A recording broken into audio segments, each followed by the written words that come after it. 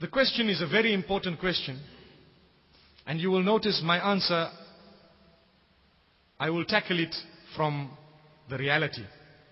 Before I say the question and the answer, I want you to understand one thing. What I'm about to say can be misunderstood, so please don't misunderstand it. If you have any misunderstandings, raise your hand and stop me here and now. The question is, and listen very carefully, wallahi, it is a deadly question. Is it compulsory in these days for a woman to cover her face? That's the question. The answer is, every woman who is listening to me now, you are on a certain level.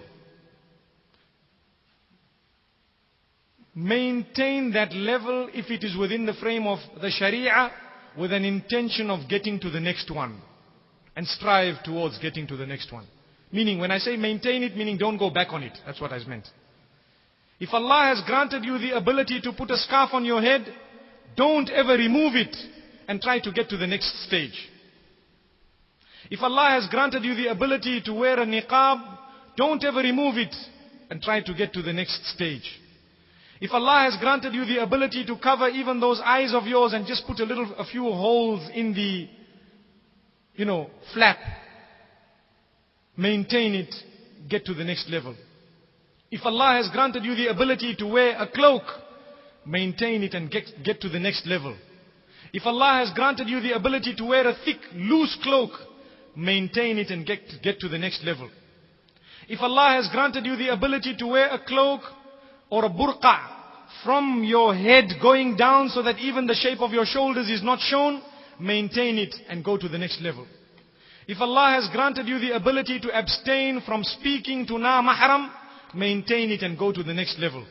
If Allah has granted you the ability to do hijab and to cover your face even from those who work for you of the opposite sex, maintain it and go to the next level. Subhanallah. So I'm sure you can see the levels that I'm speaking about. I have dodged the question and I intend to dodge it intentionally. The reason is, I don't want to give people who are trying, sad news so that they feel, we are useless. Everyone who is trying, try harder. There is no level that you can get to and say, you know what, now I've arrived. Subhanallah. Wallahi, I tell you something, even to do hijab from your own gardeners and maids, it's a requirement of the Sharia. Did we know it? That's a level. Have you got to it? If you haven't, there it is. Aim for it. Get there. Allahu Akbar. I know of a woman, subhanallah, a new Muslimah. She accepted Islam a few years ago. She has a swimming pool in her house. Wallahi, she will pack away everybody before she goes and swim. Subhanallah. Everyone is gone outside the gate and the yard. Out. Gone. Besides her and the females that are there. Wallahi, this is it. She won't speak to her maids. To her gardeners, those who work for her. That is a level.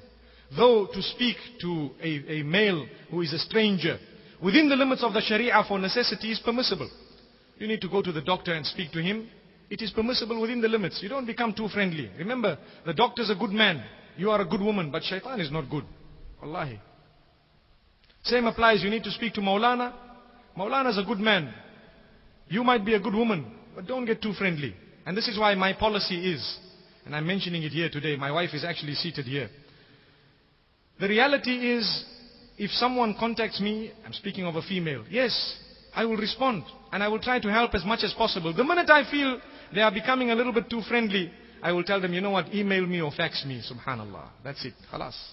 Because now, where will it head to? I'm a good man, inshallah. And she's probably better than me, inshallah. But shaitan is worse than both of us. And this is why I say, we always need to check ourselves. Wallah. So, this is the answer for your question. Dodged, isn't it? You must be upset, but never mind, inshallah. May Allah subhanahu wa ta'ala grant us the ability to get to the level beyond the one where we are. No matter where you are, let's get to the next level. Don't look at those who are trying. You know what is sad? Sometimes those who cover their faces, and please don't be insulted. Sometimes some of them would tend to look down upon those who haven't covered their faces. Do you know that it is your duty to call them towards the obedience of Allah?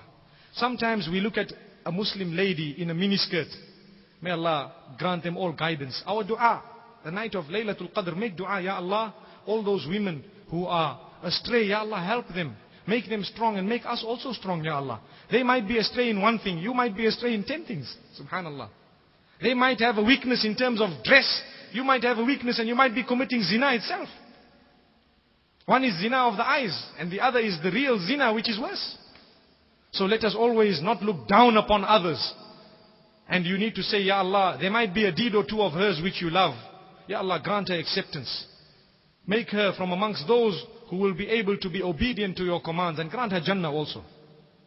We go around spreading rumors. Firstly, we don't even want to greet such people.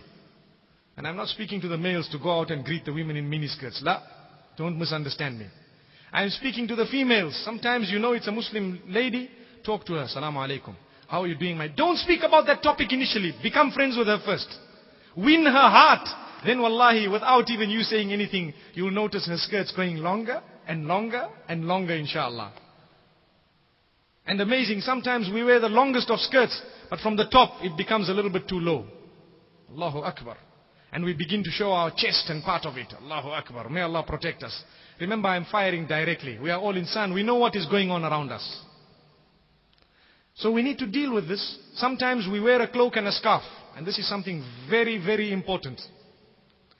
That scarf is tied in such a way that there is a gap between the scarf and the top of our cloak. Sometimes a lot of our chest is actually showing.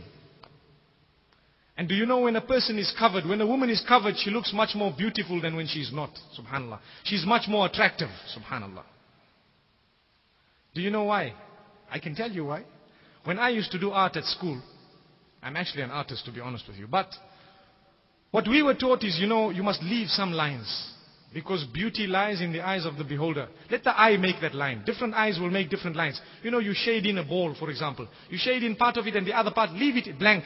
The eye will make that line for you. So what happens? When the woman is covered head to toe, your imagination makes her. Khalas, that's it. So she is more beautiful than she really is. Subhanallah. May Allah subhanahu wa ta'ala grant us the ability to understand, and the women the ability to understand that really you are much more beautiful in your hijab. Subhanallah. It is Allah. I have read a lot of articles of the new Muslim women who will tell you, Wallahi, I feel liberated now. I'm not worried about this and that and how many centimeters, and they are called these pouches that you get on the side. Wallahi, they are normal. They are a good sign, subhanallah. MashaAllah. So may Allah subhanahu wa ta'ala grant us the ability to be as best as possible. Try harder. Wherever you've got to, don't stop. Rasulullah sallallahu alayhi wa sallam was told not to stop until the point of death. Subhanallah. So surely we need to walk up the ladder forever and ever. May Allah subhanahu wa ta'ala grant us the ability. The sisters, some of them might be cursing me, so I need to also mention a few words for the brothers. Wallahi, wherever we have got, let us get to the next level. If Allah, and I always mention this, people ask me about the beard. And I always say, you know what? What you need to do, start off, and I said this at the university a few weeks ago. If you don't have a beard, what you need to do, subhanallah, firstly you need to understand that, listen, we are meant to be having a beard. That is one thing. Secondly, don't be depressed. What you do, if you are weak and you can't keep one altogether, then start off, when you are shaving, leave a few strands right at the bottom here. Something known as a goatee, subhanallah.